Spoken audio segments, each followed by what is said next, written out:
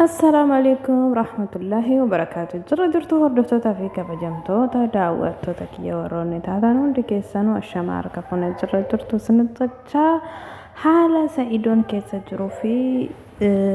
حالة سعيدون كيسا جروفي سميان كيسا جرتو والمان حاسوفنا جتشودا هايو إتوبيت جاتي أكما أفيني يمنيتي مالتو إساموداتي أكام تاجرا Piraankiin isaa hin dhumanne moo dhumate wanta jiru waliin haasofna waliin taphannaa jechuudha.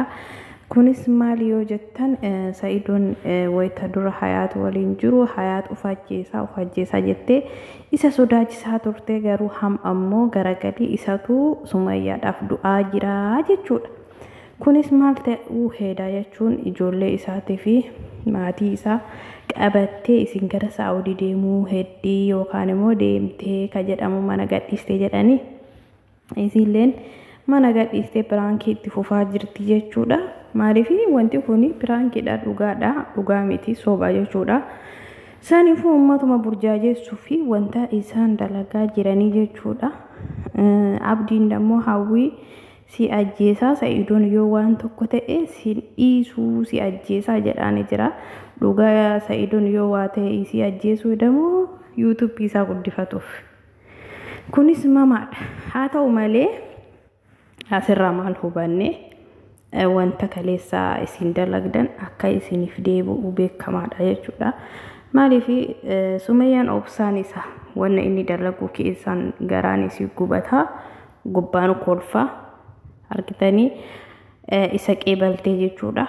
Haa ta'u malee inni illee yookaan sarpiraayizii yookaan immoo waan isii gammachiisu isiif godha jedhee makiinaa fi iPhone mobaayilii bitee fi dhufee jechuudha. iPhone mobaayilii fi makiinaa san ani ji'a lamatti hin bitadha wanta ji'a lamatti bitadhu naa bitee dhufee yookaan piraankii sarpiraayizii na godhuu barbaade jettee maaliif inni jaartii lama qaba jaartii isaa taanillee achumatti tanallee asumatti gammachiisuun isatti dirqama waan ta'eef jechuudha.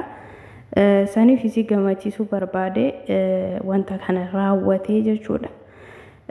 Saniifuu wanti kuni maaliif Sumayyaan ijoollee guurrattee deemtee ijoollee guurrattee deemuun isii sun haqa moo haqa miti yoo jenne gizee tokko isii birallee dhaabbachuun dirqama haqa qabdi dhugaa isiiti aartee jirti aarii waan qabduuf kaatee daa'imman fuutee deemte jechuudha. Haa ta'u malee isaan immoo yoo barbaadde isatti taphatu osoo ta'in sin barbaadu na hiiki jetteeni gara barbaadde deemuun mirga isiiti jechuudha yoo jaartii lammataa taatee jiraachuun barbaanne jechuudha. Kaan immoo hawwaan gizee duraa san maal jetteeni deemii jaarsa kiyya miqqanyaa maaltu si ga'e namna jaanii turte viidiyoo wayit irratti jechuudha. Amma immoo quba akka hin qabne akka isin garaa isii nyaattee sababa isii akka isaan hiraarchaa jiran yoo argitu garaa isii nyaattee jirti jechuudha. Isin galee saniifuu wanti kun karaa garam deemaa jira akkam deemaa jira maal ta'aa jira yoo jenne of duuba qorannu jechuudha. Waaniin akka nama gaddisiisuu fi nama saalfachiisu yookaan immoo nama qaanyeessu wayii dalagaa jiranii jechuudha. Maaliif haga feellee piraankiin wantuma argitanii nama barsiisuu wanta argitanii namni laalee irraa gammadu yoo ta'e irra bareedaadha. Maaliif amma gara sabaatti illee fiduu hin danda'ama jechuudha. Maaliif waan ijoollee teenan taaneef waan akkas hin taaneef si galee waan akkasiiti jedhanii uummanni yoo barbaade wal fixuullee hin danda'a. Kun kaan irra gore kun haqa Sumayyaan haqa qabdi jaa kun immoo ka Sa'idoo jaalatu immoo Sa'idoon haqa qabaa jedhanii beektanii. Saniifuu uummanni kun waan akkanaa kana dalaguun sa'a kanatti barbaachisaa miti jechuudha akka kiyyaatti jechuudha akka keessanitti hin beeku. Kaani dammoo abdiin yoon Sumayyaan Sa'idoon waa ta'e hawwaa hin ajjeesan jedhaa jira. Hawwaan sababa isaaniitiin immoo hiraaruu jirti jechuudha. Hawwaalleen balleessaa qabdi. Maaliif waanuma akkanaa kana keessa durumaa seenuu qabdu ture. Garuu eega seentee akkuma haala viidiyoo kanarratti argitan Sumayyaan aarii itti ba'aa jirti malee dhugaadhaan baddee irraa hafuuf yookaan isarraa hafuuf miti jechuudha. viidiyoon akka dubbatutti akkasii jechuudha. Garuu miidhama hiriyaa isii hin dandeenye jechuudha.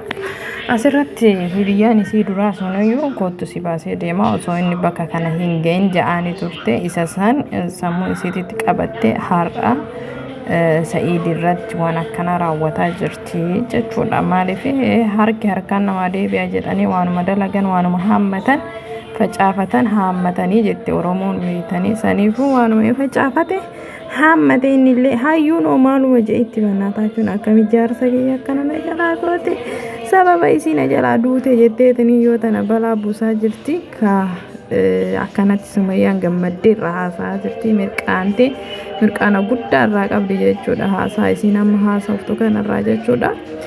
Haa ta'u malee bakka kana osoo jaartiin isaa lammataa hayyuun osoo jiraatte maal gooti isinitti fakkaatame maal waan gootu isinitti fakkaata jalaa fudhatte kanaas masalaamaa jettiin isiilleen waan isiin bakka kana hin jirreef isiin achii kaatee dhuftee waan gootuuf waan hin qabneef isa amma bakka kanatti argattee isaaf deebisaa jirti jechuudha. Warroonni jaartii lama fuudhuuf hawwitan warroonni ila hawwiin isin ajjeeste jaartii lamaaf akkana taatanii jechuudha. Akirri keessan hin bareedu.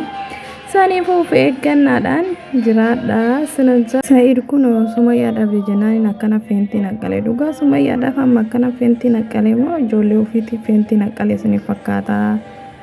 Inni akkanatti garagalee amma dhugama waan kufee fakkaatu suuta kufee bara suuta naakii fidanii akkanatti kun mana yaalaatitti jechuudha. Walii wacanii waltumuuf walitti yaa'anii jechuudha. Mee bakka kanatti maal isiniif fakkaata? Nama dhibamee gubbaarratti dhaabatanii walloluu dooktarittiin zim jechuudha. Isaan qaaqa isaanii sanoonnaa jettee calleessitee biraa deemu. Haala kanaan akkatti walitti wacuun kun akkam isiniif fakkaata? Dhugaa isiniif fakkaata?